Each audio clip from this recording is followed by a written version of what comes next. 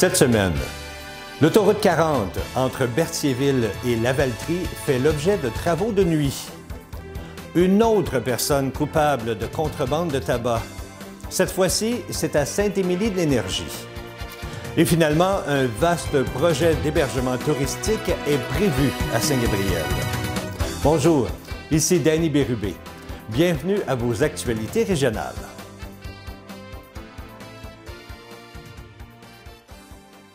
Bonjour à vous. J'espère que vous allez bien. Bienvenue à votre bulletin de la semaine du 20 mai 2024. Depuis le 19 mai et ce jusqu'au 13 juin, l'autoroute 40 en direction ouest est complètement fermée du dimanche au jeudi entre 20h et 7h. Ça se passe entre les kilomètres 130 à Lanoraie et 122 à Lavaltrie. Un chemin de détour a été mis en place via le chemin de Joliette et les routes 138 et 131. Aussi, du 16 au 20 juin, l'autoroute 40 en direction est, cette fois-ci, sera fermée complètement entre les mêmes kilomètres 122 à Lavaltrie et 130 à Lanoraie, du dimanche au jeudi entre 20h et 7h. Le chemin de détour se fera également via les routes 131 et 138, ainsi que le chemin de Joliette. 7 personnes ont été reconnues coupables d'infractions liées à la contrebande de tabac. Elles ont été condamnées par la Cour du Québec à payer des amendes totalisant un peu moins de 1 400 000 $. Parmi celles-ci figure un résident de Saint-Émilie-de-l'Énergie, Yvon Baudry, qui devra payer des amendes totalisant près de 125 000 $. Cette condamnation découle de 2 perquisitions menées par la Sûreté du Québec le 26 janvier 2023, soit dans le véhicule du contrevenant et à sa résidence à Saint-Émilie-de-l'Énergie. Les policiers ont saisi 48 600 cigarettes. L'enquête a permis d'établir que le contrevenant a vendu en tout 120 000 cigarettes. Les 7 contrevenants se sont notamment vus reprocher d'avoir vendu, livré ou en leur possession du tabac destiné à la vente au détail au Québec et dont le paquet n'était pas identifié conformément à la loi concernant l'impôt sur le tabac. Afin d'offrir un service de proximité, le CI3S de Lanaudière va à la rencontre de la population et se déplace dans plusieurs municipalités de la région pour offrir gratuitement la vaccination contre le COVID-19 et le Zona. L'équipe de vaccination mobile sera présente au CLSC de Saint-Gabriel ce samedi 25 mai de 8h30 à 15h30. N'oubliez pas que le vaccin contre le Zona est dorénavant offert gratuitement aux personnes âgées de 75 ans et plus. Pour prendre rendez-vous, dirigez-vous sur le site Internet de Clic Santé ou encore téléphonez à la centrale de rendez-vous au numéro affiché à l'écran. On en a beaucoup parlé la semaine dernière et vous allez sûrement en entendre parler encore pendant plusieurs mois. C'est le fameux projet d'hébergement touristique au bord du lac Masquinongé à Saint-Gabriel. La semaine dernière, avait lieu une rencontre d'information concernant ce projet. Plus de 150 personnes ont répondu à l'invitation. On écoute le reportage. Une rencontre organisée par le promoteur du projet d'hébergement, le groupe immobilier Camisano, qui était représenté par M. Francesco Camisano et son équipe, a eu lieu le 13 mai dernier à la salle Jean Coutu du Centre sportif et culturel de Brandon. Les présentateurs ont dévoilé aux citoyens présents ce fameux projet d'hébergement touristique qui est en pourparlers avec la ville depuis plusieurs années. M. Camisano et son équipe ont su rassurer les inquiétudes des citoyens. Un projet qui respectera le territoire et sera conforme aux demandes de la ville ainsi qu'à celles de tous les paliers gouvernementaux. Cette rencontre a débuté avec un mot du maire de la ville de Saint-Gabriel, M. Gaétan Gravel, suivi de M. Camisano, qui nous explique brièvement le projet. Merci, Patrice. Merci d'être là, tout le monde, en aussi grand nombre, d'avoir répondu à l'invitation. Alors, tout d'abord, nous vous remercions de l'intérêt que vous portez à la ville de Saint-Gabriel et au développement touristique du Grand Brandon en étant présent ici même aujourd'hui.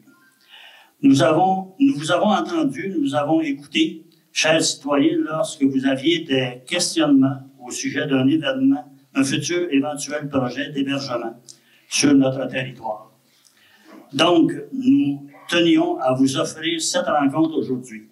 Le promoteur, M. Camisano, et son équipe seront là en mesure de vous donner davantage d'informations à ce sujet. Bonjour à toutes et à tous. Je me présente, Frank Francesco Camisano.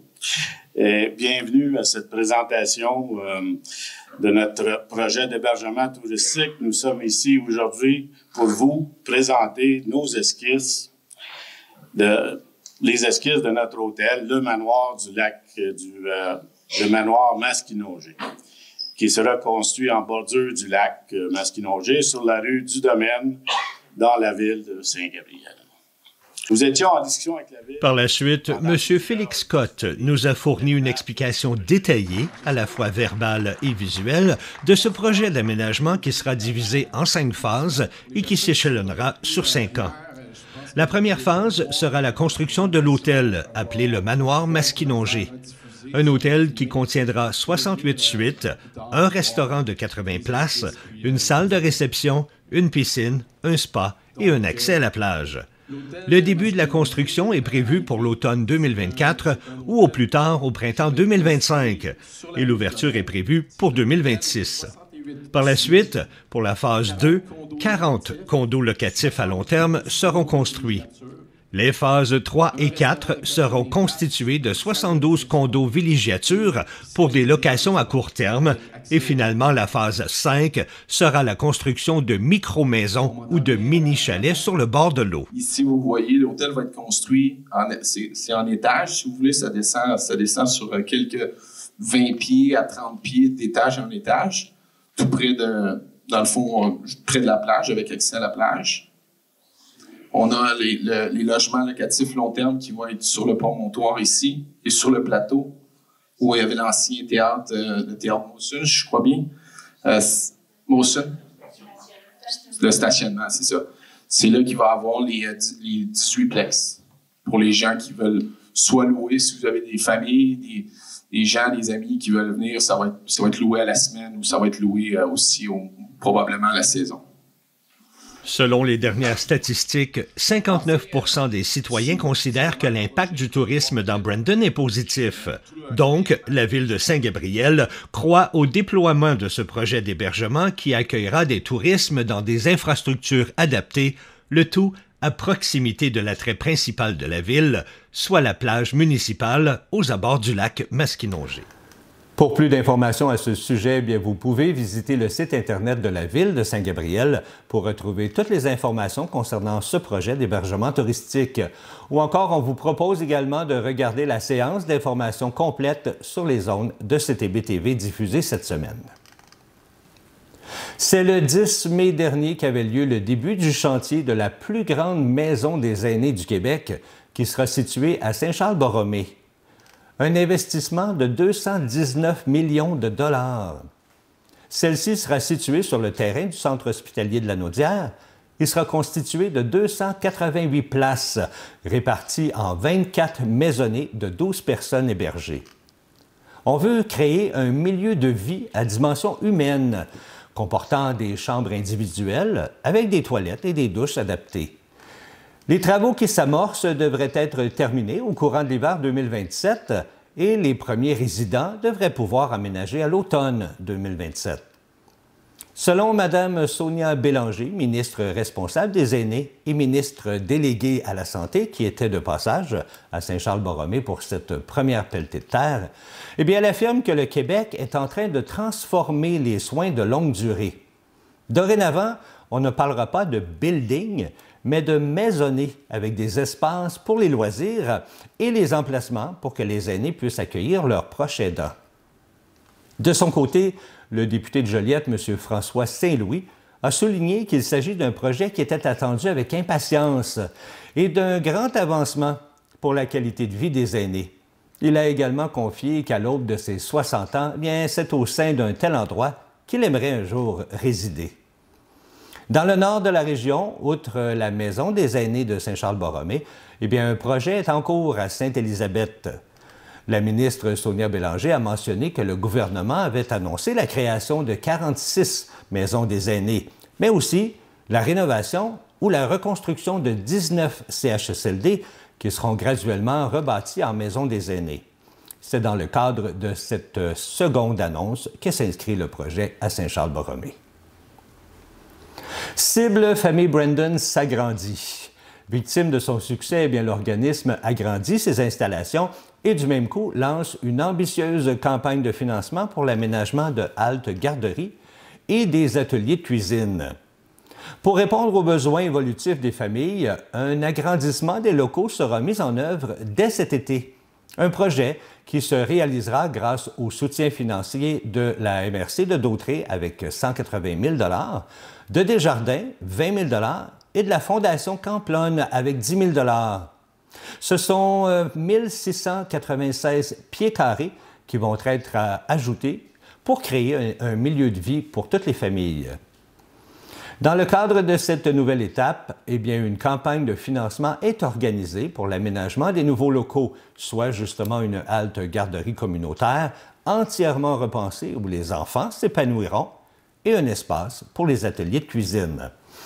La campagne de sociofinancement qu'on retrouve sur la plateforme Internet de la Ruche Québec vous donne l'opportunité de soutenir la mission de l'organisme en échange de contreparties très intéressantes et surtout variées.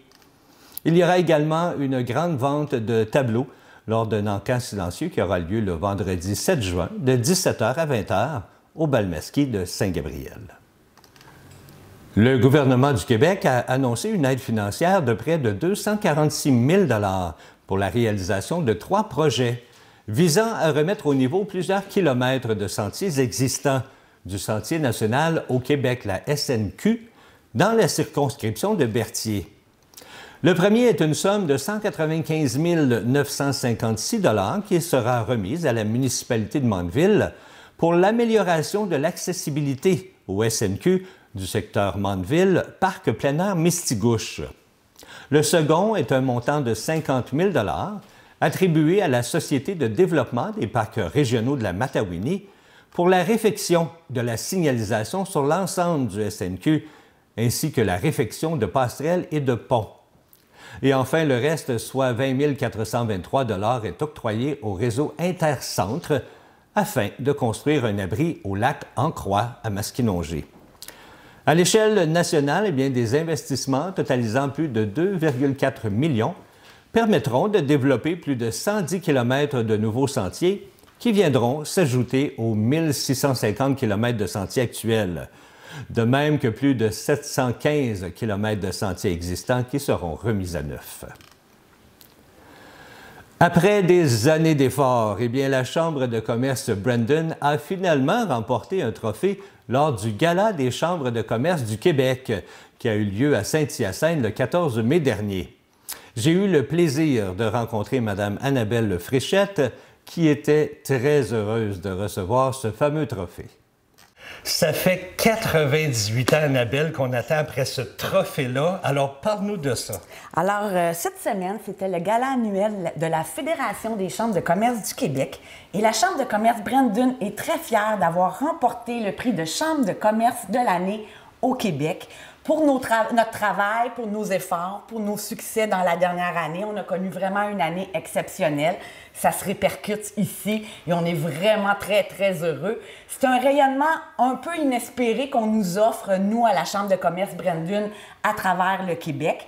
C'est aussi, je pense, un reflet de notre territoire, de notre communauté d'affaires ici à Saint-Gabriel. Il se passe plein de choses. Il y a une effervescence qu'on sent présentement dans Brandon.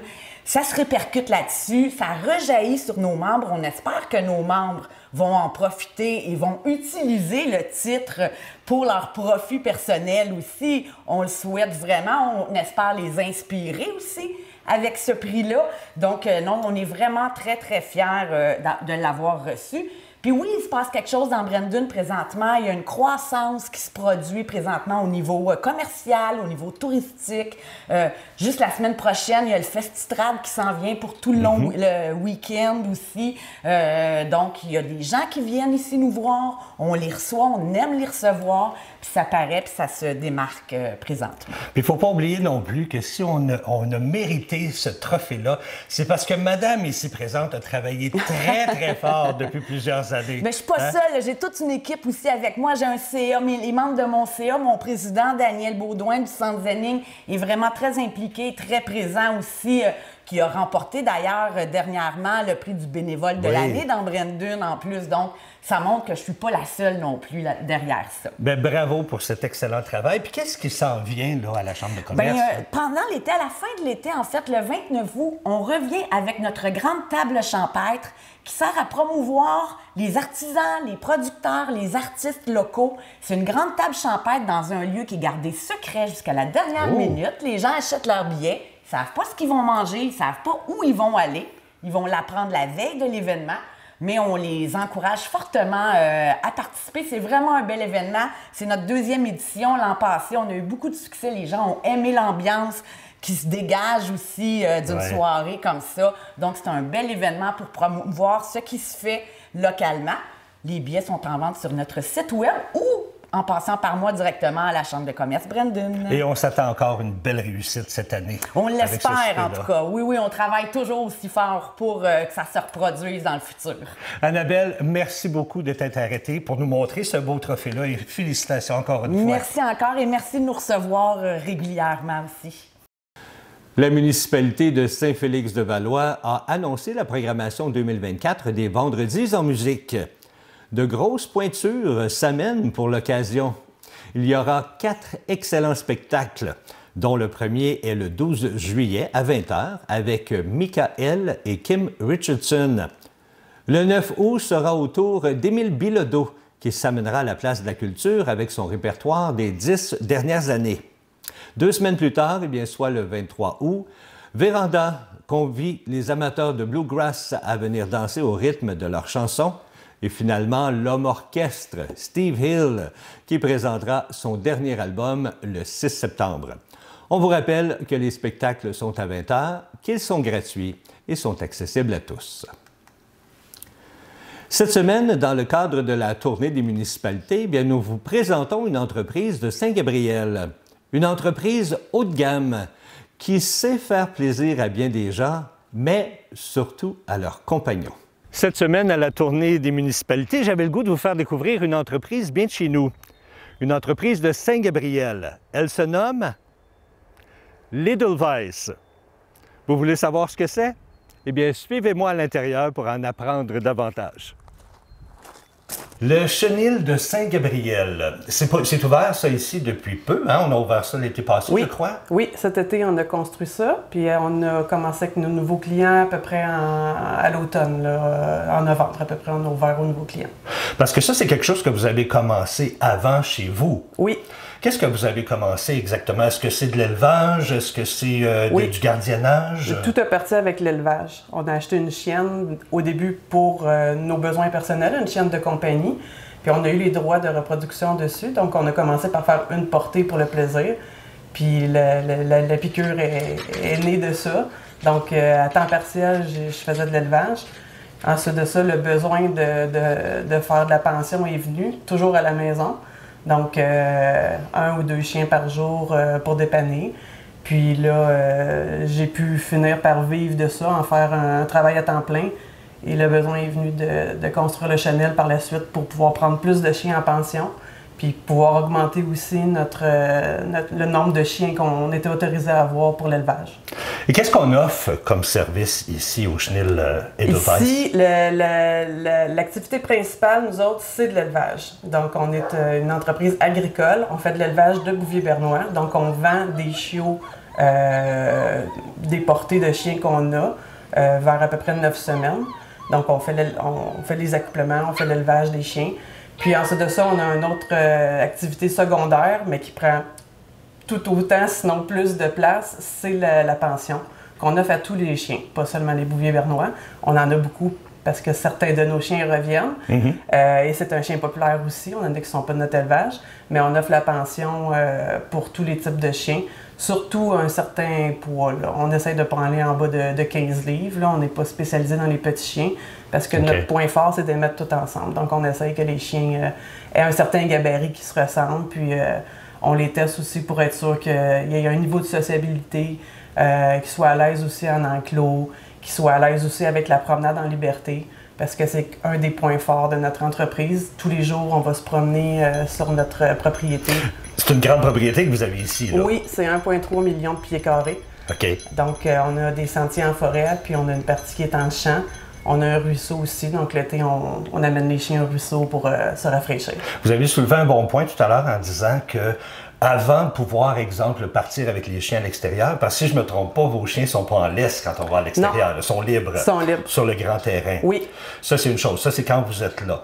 Mais avant de partir avec son chien comme ça, sans laisse, ça a été testé. Là. Ça a été testé. Vous avez une journée, c'est ça? Exactement. Hein? Il y a toujours une journée d'essai qui est obligatoire avant, je vous dirais, pour tout nouveau client. Donc, cette journée-là, on prend le temps aussi de connecter avec le chien, d'avoir une relation de confiance avec lui, de jouer dans les enclos extérieurs, de le présenter aux autres chiens pour être sûr qu'il ne soit pas agressif, qu'il ne soit pas extrêmement anxieux, ce qui pourrait amener des problèmes aussi. On le teste aussi dans l'enclos. Okay. Ils ne sont pas souvent dans l'enclos, ils sont là la nuit et une petite partie sur l'heure du midi pour se reposer et manger. Mais c'est important que le chien ne jappe pas incessamment, parce que ça dérangerait tous les autres chiens. Là. Ça nuirait au climat, dans le fond, général. Puis, ensuite de ça, l'autre point important qu'on teste cette journée-là, c'est la promenade sans laisse. Donc, on commence toujours avec une longue laisse qu'on tient en main, qu'on finit par lâcher quand on voit que le chien reste avec nous, qu'il a un bon regard, qu'il revient quand on fait le rappel puis qu'on donne des gâteries. Quand ça, c'est acquis, on peut en venir à passer à une laisse plus courte ou carrément l'enlever parce qu'on voit vite que le chien il suit bien puis il n'a aucune intention de fuir ou il nous fait confiance pour nous suivre aussi. Vous parliez d'enclos. À l'extérieur, il y a 2 grands enclos pour que les chiens puissent courir librement. Oui. Hein? Ils passent une grande partie de leur journée, j'imagine, à l'extérieur quand il fait beau. Oui. À l'intérieur, on a combien d'enclos pour recevoir les chiens? On a 2 allées. On a une allée pour les chiens en pension. On a 10 enclos pour les chiens en pension, dont 6 qui sont, dans le fond, qui communiquent entre eux. Donc, on peut ouvrir des portes. Pourquoi? Pour quelle raison? Parce que souvent, les gens, ils ont plus qu'un chien. Ils peuvent en avoir 2, ils peuvent en avoir 3. J'en ai déjà vu 4, même 5. OK. Souvent, des gens se connaissent, sont amis, ont des chiens qui se fréquentent souvent, donc ils préfèrent que les chiens soient ensemble dans l'enclos. Donc, là, on rouvre la petite porte entre les 2 puis ils se promènent? Exactement. Fait qu'ils ont accès, comme on peut la refermer pour les nourrir, pour qu'ils aient chacun leur sorte de nourriture, qu'ils ne volent pas la nourriture des autres, leur moment de tranquillité. Ils ont chacun leur lit, puis on est capable d'ouvrir la porte, puis de faire... Ils peuvent finir par être les 2 dans le même enclos s'ils préfèrent. Fait que donc, vous avez les enclos pour la pension, puis vous avez les enclos aussi pour la maternité. C'est ça. On a après ça une autre allée avec nos chiens d'élevage. Donc, on a 4 enclos pour nos chiens d'élevage et un 5e qu'on appelle une maternité. Donc, nous, les chiots, ils naissent à la maison. Et quand ils ont à peu près 5-6 semaines, on les transfère ici au Chenil, dans la maternité. C'est la seule place où le plancher est chauffant. Les fenêtres sont basses aussi parce que c'est pas inquiétant, les chiens sont pas grands. Donc, c'est plus facile pour l'entretien, c'est plus facile pour les visites aussi des chiots. Vous avez combien de chiennes de reproduction? Moi, sur place, ici, j'en ai 3. Mais de ces 3-là, j'en ai une qui est stérilisée, donc elle est à la retraite. On l'a depuis qu'elle est bébé. Elle est née chez nous, donc on la conserve, on la vend pas. J'en ai une qui vient d'avoir sa dernière portée. Donc, elle va être stérilisée après, elle va être à la retraite aussi et on va la garder. J'en ai une qui a seulement 9 mois, donc là, elle n'est pas encore assez âgée pour faire de la reproduction. Ça, c'est les chiens que vous avez ici en ce moment. C'est les chiens que j'ai ici. Mais vous en avez à l'extérieur aussi. C'est quoi le principe de ça? Oui, c'est que de chaque portée, on essaie de garder au moins 1 ou 2, ça peut être un mâle ou une femelle, 1 ou 2 chiens par portée qu'on place en famille d'accueil, qu'on appelle. Qui veut dire? C'est-à-dire que c'est des chiens qu'on vend aux gens, on les vend moins cher. Puis les gens, dans le fond, ils ont la possibilité d'acquérir un beau chien de qualité à moindre coût, mais on leur demande une petite contribution, en fait, plutôt au niveau de nous laisser avoir accès au chien pour pouvoir lui faire des tests de santé, éventuellement, et qu'on puisse l'observer pour voir s'il y a les qualités requises pour être un bon reproducteur. Si c'est le cas, on peut l'utiliser pour faire la reproduction. Le mâle, c'est les accouplements. Et la femelle, on le demande d'à peu près 2 portées tout au long de sa vie qu'elle nous donne. Donc, si les gens achètent un chien reproducteur, à la longue, ça leur coûte beaucoup moins cher. Oui, parce qu'en plus, on donne une ristourne sur les chiots qu'on vend, que le chien peut produire. Parce que c'est quand même assez dispendieux, un chien, un bouvier bernois. Oui, bien, c'est sûr que tout est relatif. Nous, pour les coûts qu'on dépense, les dépenses qu'on a, c'est pas avec ça qu'on se met riche, bien honnêtement. Mais je comprends que c'est quand même un assez gros coût à débourser pour une personne. C'est un marché qui vient chercher, oui, des gens, je dirais, de classe moyenne à classe aisée, là, surtout avec tous les coûts secondaires là, de l'acquisition d'un chien, là, les coûts de vétérinaire, les coûts de nourriture, tout ça. Là. Et là, on ne se cachera pas qu'avec le chenil que vous avez, c'est quand même un chenil haut de gamme parce que c'est propre partout et tout est de belle qualité. Oui, donc, c'est normal que les gens payent un petit peu plus cher là, pour faire garder le chien. Même à ça, je dirais que c'est relatif. C'est pas les prix non plus. On a beaucoup étudié le marché avant d'établir nos tarifs. On sait qu'il y a beaucoup plus cher que nous. On a essayé quand même de faire quelque chose d'abordable, mais je comprends que c'est un coût... quand même assez élevé, mais on va chercher une clientèle de gens qui voyagent, de clientèle de gens qui sont quand même déjà aisés, donc qui peuvent aussi se permettre ça. Et vous avez ouvert une parenthèse que je trouve très intéressante. On parle de voyage. Vous, ici, quand les gens sont en voyage, vous envoyez des vidéos aux gens pour leur montrer comment est le chien présentement? Oui, nous, en fait, notre gros point fort ici, vous en avez parlé, c'est un chenil qui est assez haut de gamme. On a voulu faire quelque chose, en fait, qui n'était pas ce qu'on avait vu souvent sur le marché, là. Quelque chose qui était beaucoup plus dans la quantité que dans la qualité. Nous autres, on a voulu aller dans la qualité. On a voulu avoir un endroit où on aurait mis nos propres chiens, ce qu'on ne trouvait pas, en fait, autour de nous. Donc, on a fait quelque chose qu'on appelle carrément la maison des chiens. C'est leur maison ici. Nos propres chiens sont ici. Donc, les chiens, quand ils sont ici, oui, on essaie de leur offrir un service attentionné, personnalisé. On n'en a pas beaucoup, donc on peut se permettre de donner des soins de qualité. Et on envoie des nouvelles régulièrement aux propriétaires via Messenger ou courriel. Madame Corinne Beauchamp, merci beaucoup de nous avoir accordé ce temps-là pour visiter votre chenil qui est de toute beauté, soit dit en passant. Merci. On va mettre le lien Internet en dessous pour, si jamais les gens sont intéressés, soit à acheter un beau bouvier bernois ou encore mettre leur chien en pension. Parfait. Merci beaucoup à vous. Bonne journée.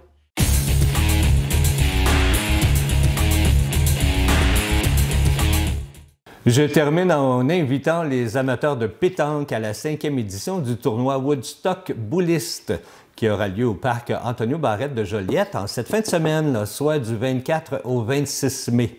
Ce vendredi aura lieu l'événement corporatif dès 18h30. Il y aura des personnalités d'affaires qui seront jumelées avec des joueurs expérimentés. Le lendemain, samedi, dès 9h30, bien, ce sera le tournoi de Fernand Lapointe et dimanche, le tournoi Jean-Paul Soulière. Voilà, c'est ce qui complète vos actualités régionales. Si vous avez été témoin d'une nouvelle, alors faites-nous le savoir en nous écrivant ici à CTB-TV. Cette semaine, je vous rappelle de ne pas manquer l'émission complète sur la séance d'information du projet d'hébergement touristique ici à Saint-Gabriel, un projet qui devrait débuter à l'automne 2024. C'était Danny Bérubé pour vos actualités régionales. Je vous souhaite une excellente fin de journée.